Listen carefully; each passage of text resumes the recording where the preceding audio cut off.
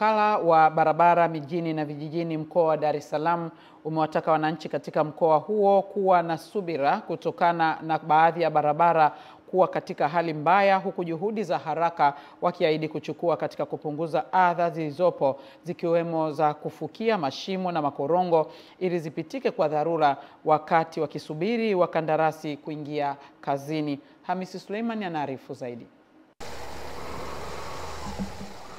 Meneja TARURA mkoa wa Dar es Salaam Engineer Geoffrey Mkinga akizungumza na Channel 10 kuhusu hatua wanazochukua kutokana na hali mbaya za barabara katika baadhi ya maeneo, amesema hatua za awali zimeanza kuchukuliwa, ikiwemo kukusanya vifusi vya mawe ili kufukia mashimo na mahandaki. Wito wangu ni kwamba watu wawe na subira, kama tulivyokuwa tumezungumza kwamba kuna miradi DMP, kuna ile awamu ya kwanza tulisaini pale Mwembe Yanga tayari kuanzia tarehe 15 tuwapeleka wakandarasi site. Wameshafanya kazi za kufanya relocation, kuondoa miundombinu mingine barabarani, na sasa hivi wamekwisha kuanza.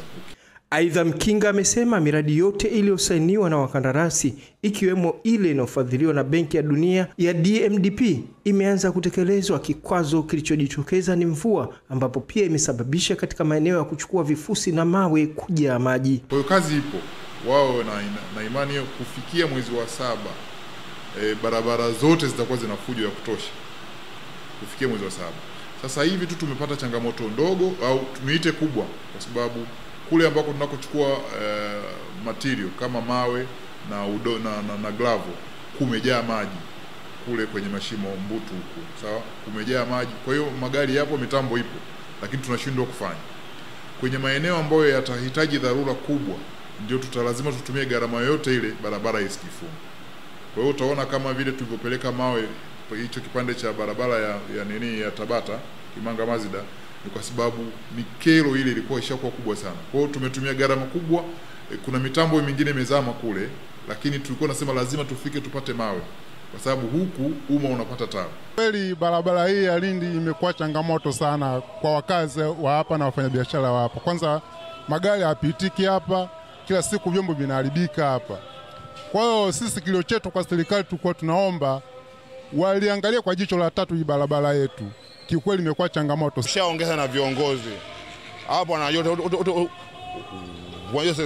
za mtaa, tumewaambia hapa, tumeongea hapa za mtaa, wamesema yao wanafanyia kazi, lakini pita mpaka mwaka leo njia hii ishakuwa mbovu. Je, tujue, je, viongozi sisi bado hawaitengenezi au la inakuaje? Hamisi Suleiman, Channel 10, Dar es Salaam. Serikali imetangaza bei mpya ya zao la pamba